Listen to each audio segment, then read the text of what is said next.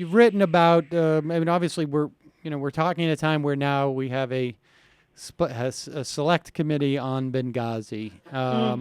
We have, for all intents and purposes, I mean, getting away from sort of the policy issues that we might have with Obamacare, at least from a media narrative, the material is there to say that it's been a success. It doesn't seem to be getting to the American public, and I would also sort of suggest that the problems that the American public have with it, short of about 15% of us, don't perceive the problems as being it doesn't go far enough. It's still considered the devil's spawn by that huge swath of people who are going to be actually, I think, going out to the polls because of Benghazi. Aside from the fact that this Benghazi stuff, I think, is only just sort of like fuel for the people who are already going to vote, the Republican base. I don't think it's going to affect anybody else's vote. And I sort of feel the same way about Obamacare. But assuming for a moment, let's just take a brief look into the future. What happens in terms of specifically what President Obama does in the event that there is a Senate and a House controlled by Republicans? This, as sort of, I don't know, annoyed as I am and disappointed in many aspects about what President Obama has done with the current political climate, I am really, really nervous about a Senate and House controlled Republican by the Republicans and then President Obama, because I think it sort of like plays into the worst impulses of the Obama administration. Well, it's interesting that you say that. We've actually talked a little bit about this before, not specifically with the Congress being, fully in the hands of the Republicans, but in what Obama was going to do in his, final years, how he was going to play this out. And I still think that his impulse, and maybe I'm being too generous here. I mean, I've been very, very hard on the guy from the minute that he took office, so I don't think anybody can call me an Obama apologist. But I actually don't think he wants his legacy to be the legacy of, Republican toady, or I don't know that he wants him to be seen as having been the guy who said, the era of big government is over, like Clinton was. I don't know. I mean, none of us do. Right. He does have those impulses. Perhaps he thinks it's better to, quote, get something done than to not, and then there's the complication of his successor, who presumably will be Hillary Clinton, under tremendous pressure from the Benghazi scandal or God knows what else they're going to dredge up, and feeling like he needs to set the table for her to be seen as less, of a liberal icon than, people like to portray her. And, of course, if they lose big in this election, there's always that issue of everybody running scared and saying, oh, my God, we went too far to the left. Let's tack back immediately. We've got to become even more right-wing. As you know, that will be their instinct. Thus erasing everything I just said about the clarity and all of that, right, for another couple of cycles until they finally wake up and one more time. So that all of that. I mean, it's a very complicated set of issues for any president in this particular situation. But there's also this, and I don't know if Obama and his people are sanguine about it or recognize it, but I actually believe that this was inevitable. I mean, it's very, very difficult. Historically, these second midterms of a president's second term are, they're bloodbaths. They're just bloodbaths. Bush had a bloodbath. Right. I mean, Clinton only survived a bloodbath. Right. 2006 is when the Democrats took control of the House and the Senate, and the Senate, I believe. Yeah, and look, and Clinton survived, but it's because they overreached so badly with the impeachment Right. that he didn't. They kept, they had the Congress already, obviously, but they had anticipated winning a bunch more seats, and they ended up losing some seats, but they didn't lose the majority. I mean, this is just the way these things tend to go, and I think that it has to do with just people are tired of the administration at that point. Whatever is going on, even, unless it's really morning in America. And even then, I mean, look at what was happening with Clinton. The economy was roaring. It was as booming as it's ever been. I never made more money in my life than I did during that second term of Clinton's. And, so there was a lot of, of good reason to believe that they might do okay, and the Republicans took care of that, and basically, they impeached him. And so, I just don't, I can't imagine that the Obama administration, that they haven't anticipated this to some extent and recognized their lame duck status and understood that let's just put it this way, his legacy will not be enhanced by accommodating the Republicans of 2014. I mean, these people are crazy. And they're going to be, they're going to be subpoenaing Hillary Clinton so they can grill her, his successor, his Secretary of State. Let's just put it this way. I'm keeping my fingers crossed that they don't panic and that that he holds the line. If he does hold the line, I think he stands her in much better stead than if he doesn't. My biggest fear is just that this administration seems to have, at the very least, on some level, and sort of updated it for the times, because it just wouldn't work in this age. But they still look at that Clinton administration, and I'm just afraid that things like the '96 Telecommunications Act, the welfare reform, the repeal of Glass-Steagall, what was it, the Graham modernization. Wiley, I think. Wiley modernization. That those sort of stick out as potential models, and we will then sort of have to, I guess, rely on the sheer insanity of the Republicans to not say yes, to not take yes for an answer. And that's the story of the Obama administration, I'm afraid. I mean, if, it's the insanity of the Republicans not taking yes for an answer. And, I don't know how much longer we can count on that, but so far, I mean, you've got people like Rick Santorum, who, he's a certified lunatic. And he's running around talking about how they should be raising the minimum wage. And you've got Paul Ryan pretending to care about inner cities. So there's some awareness among Republicans that their insanity has become a liability. So I don't know, can they put together a program that Obama could present to everyone as being a great bipartisan achievement? Let's hope not. That's the only thing I can say about that. And well, he has one, actually. He has one, and that he can point to as a great bipartisan achievement, and that is the successive austerity budgets that have basically crippled the federal discretionary budget. And that was, those budgets are now lower than Paul Ryan's original budget in 2010. So, to that extent, I think he can take great pride in the fact that he achieved bipartisan consensus on cutting the living hell out of the government. And we see the direct impact of it in terms of government hiring, which has been the sort of the biggest drag on the economy.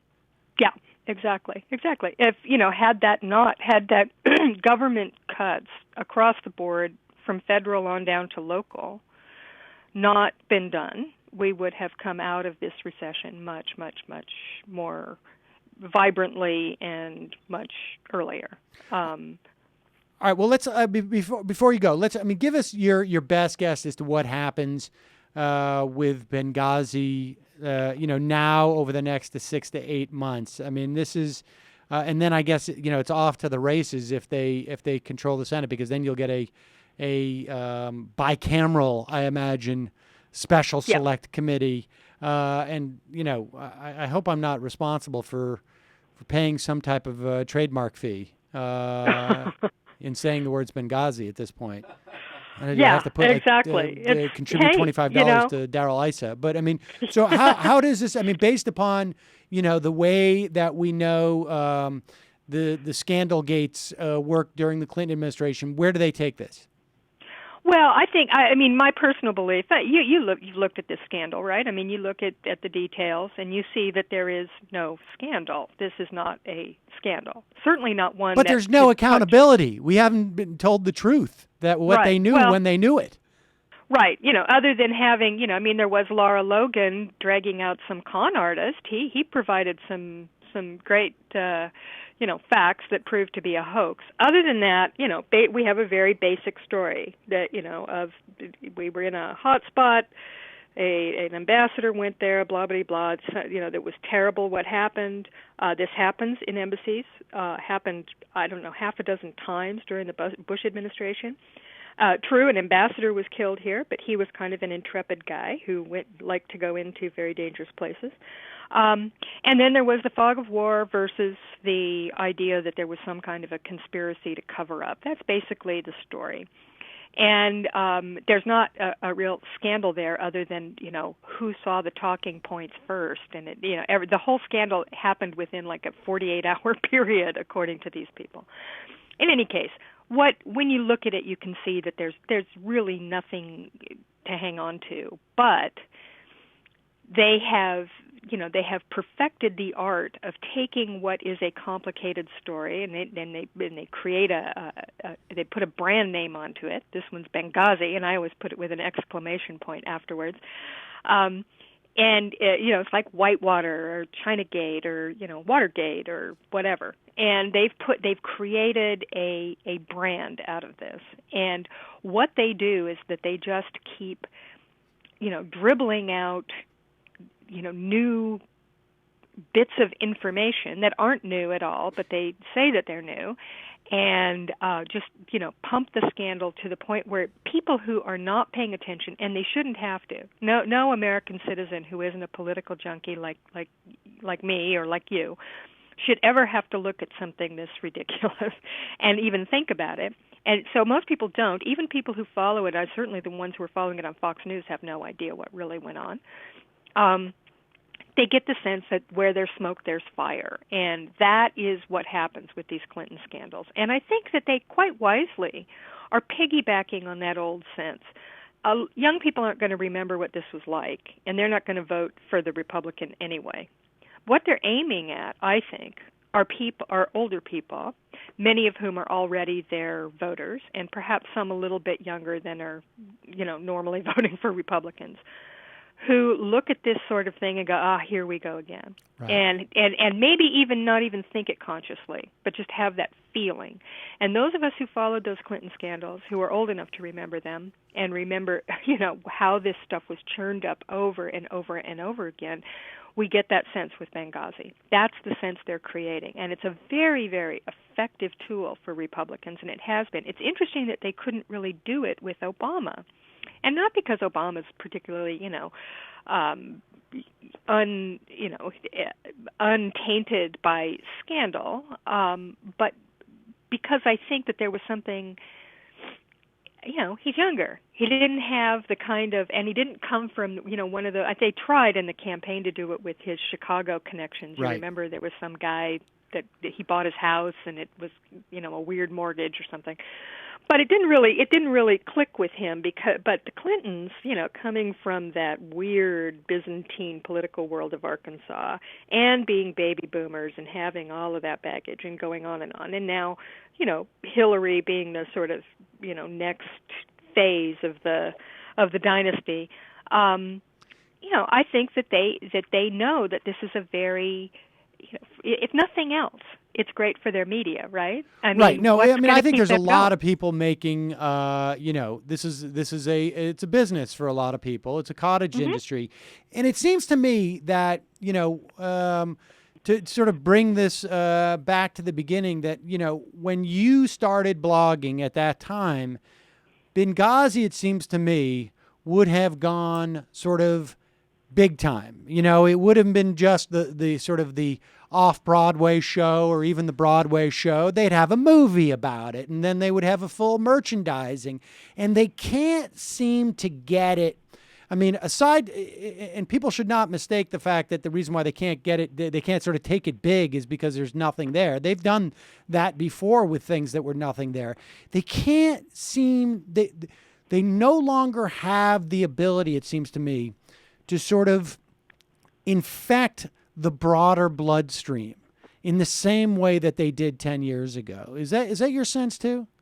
Well, I think that that's true, and I think it may be because they've kind of ghettoized themselves.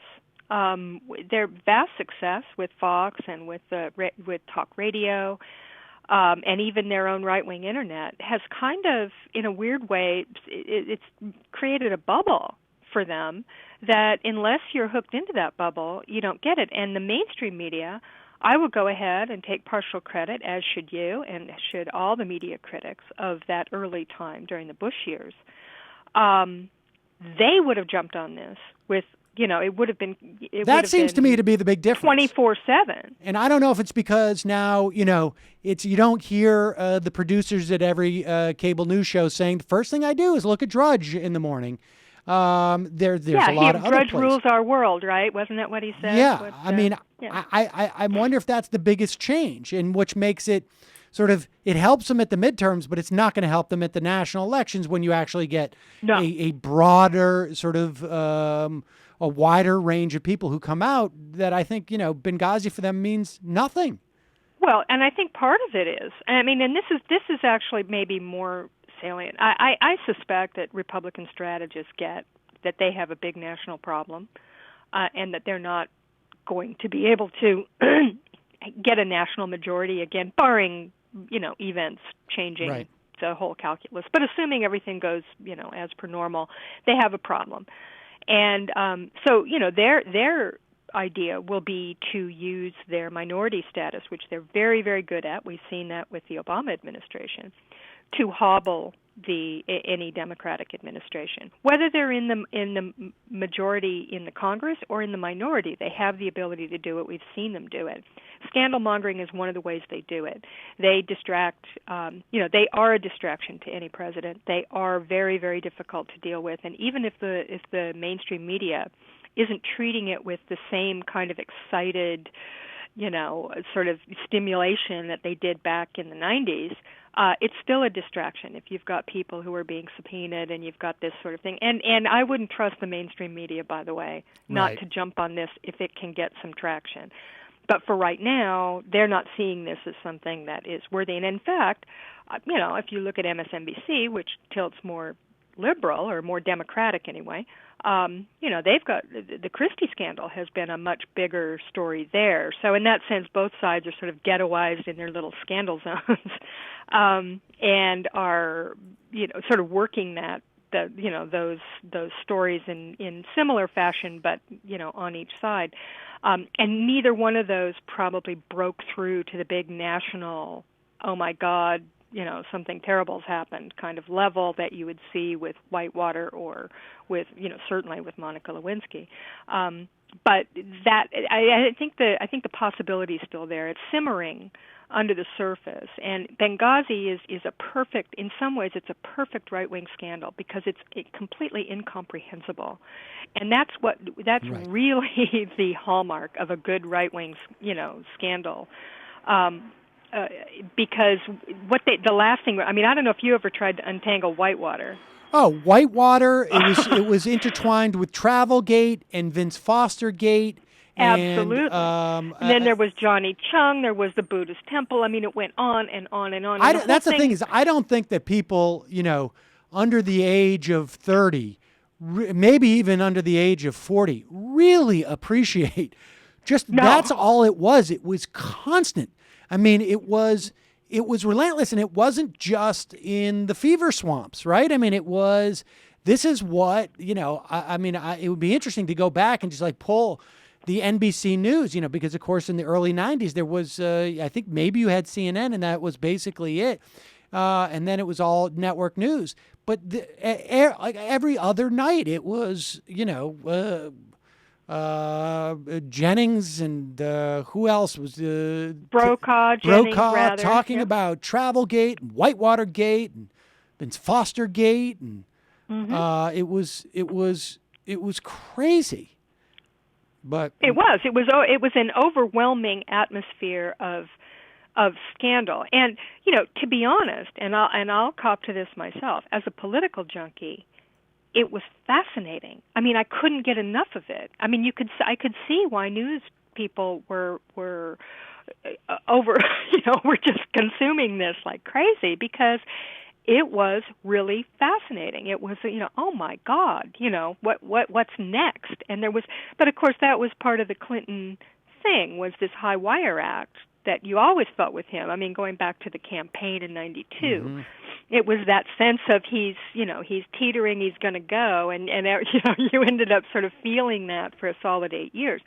And I suspect, and I think that that's part of the attempt here to sort of reignite that, is a sense that, they want to recreate the idea that Clinton being in office, Hillary this time, will be a replay of that, which is very good for business, by the way, very good for the right-wing business. I mean, gazillions. They created the modern wingnut welfare industrial complex through that. Fox News was made on the backs of that. This was a very, very lucrative thing for them, and it also created all of their stars, their media stars. I mean, that was a hugely successful, maybe a reprise of the Clinton years in that way. Now, I don't know if it would work, because you have a completely different media landscape. And I think, even part of the whole Clinton thing was that, he was the comeback kid before he even got into office. I mean, that's the way that they referred to him in the beginning. And it was almost like he needed, I'm not psychoanalyzing him. I'm analyzing that sort of that media construct. He needed these challenges, and in some way that fed into it. It was like, let's see if he can get past this one, and let's see if he can get past that one. And it became this sort of national, like Dallas. It was like, Larry Hagman's It was a soap character. opera. And it was a soap opera, and it went, a very significant one. And let's face facts, he was vastly helped by the fact that he had a roaring economy, which they took credit for, and perhaps to some degree, with some validity. But there was also this tremendous tech boom that just set everything. They started off in a recession in '92, and by the end of his term, I mean, the whole country was economically on fire. That's a very helpful thing, and it was almost a luxury that it allowed the soap opera to be so prevalent. And there was no war, right? I mean, there was a bunch of low-level War. conflicts. I mean, I think that was constantly sort of priming the pump in a way, with Kosovo, and we had. It seemed there was always some kinetic activity. Just enough to sort of, keep the dollars flowing, even though we supposedly had that peace dividend. You bet. There was never any question that we were going to keep those dollars flowing, and we did. And in fact, Clinton got his clean war, right? I mean, not one American casualty in Kosovo, which was like, the ultimate sort of expression of '90s American can-do goodness, right? I mean, it was perfect. And so there was this luxury feeling that we could indulge in this soap opera and kind of wallow in political scandal, much of it very small bore. The whole idea that we gave a damn about the Rose Law Firm in the 1980s and things like that. I mean, it's like, what, but so we were kind of wallowing in it, and had there been anything more important happening, Not that there wasn't, but you know what I mean. It was a rather uneventful time geopolitically and economically. We were doing well. I don't know that it could have happened, and that is not going to be the case for Hillary Clinton. That's right. I mean, there's going to be there's too much genuine, I think, dissatisfaction amongst people in general. I think to get caught up in the sort of in this weird soap opera, where with the Larry Hagman character. I mean, honestly, that's just sort of what the '90s felt to me, and I think, sort of in some respects, the impeachment was the best thing to happen to President Clinton in terms of his favorables, because it just sort of suddenly it was just sort of the denouement, I guess, where everyone was just like, yeah, the Republicans are morons, but let them have this, and we still love JR or whatever. Yeah, exactly. Let me ask you something, Sam, while I have you here. Who do you think the Republicans are going to come up with? I mean, what do you think is going to happen? Because I am really stymied on, and this is the first time I can remember that. To me, it's always been pretty obvious who the Republicans were going to nominate, and I don't see it. I think Scott Walker is a sort of may have an opportunity. I mean, I don't think Jeb Bush is actually going to run at the end of the day. I don't either. I think he's the Fred Thompson of this. Yes, definitely. And I mean, I think someone like Scott Walker. I don't know. I don't remember a time where it seems like this. The lack of obviousness seems to be sort of the major theme here. I mean, I think it's I don't know. I mean, I think Scott Walker. I think maybe, who knows? Maybe even Kasich. He hasn't really talked about it. I feel like it's going to be someone of that ilk, someone who's going to come out of the Midwest. I don't think it's going to be any of the senators who are going to be vying for it. I don't know. It's a great question, but Well, it's very interesting to me, because this is not this is a sign of a different Republican Party. They anoint their leaders. This isn't something. It's not like the Democrats, where it's any open, right. primary or open election. It's a free for all, and anything can happen. The Republicans, it's pretty well set up. They make their decision. It's somebody who's usually it's their turn. They've been a big name for a while, and there's a good reason for it. I just don't see it this time. I mean, I thought that Chris Christie was the logical choice, but he's damaged goods, and that may not happen. Although it would be a fascinating, from the perspective of a blogger, political junkie, the fight between Christie and Clinton, I thought on this scandal thing, would be fascinating. I had a brief moment where I thought Christie had some potential sometime in the fall, I think, but aside from that, he just seems to me to be the guy who drops out in New Hampshire. The day after New Hampshire, when it finds out even there he can't cut it. I don't know. It's going to be interesting, because I think all of the dynamics are such that the Republican Party is a different beast when it goes from primary to the general. And the one thing that Mitt Romney showed was that you can't really escape the primaries. And right. I still contend that when the Obama administration put out those Health and Human Service rules on birth control, they knew exactly what they were doing. They were basically throwing in a piece of, into into the primary, and saying to the social conservatives, here's your big piece of meat to chew on.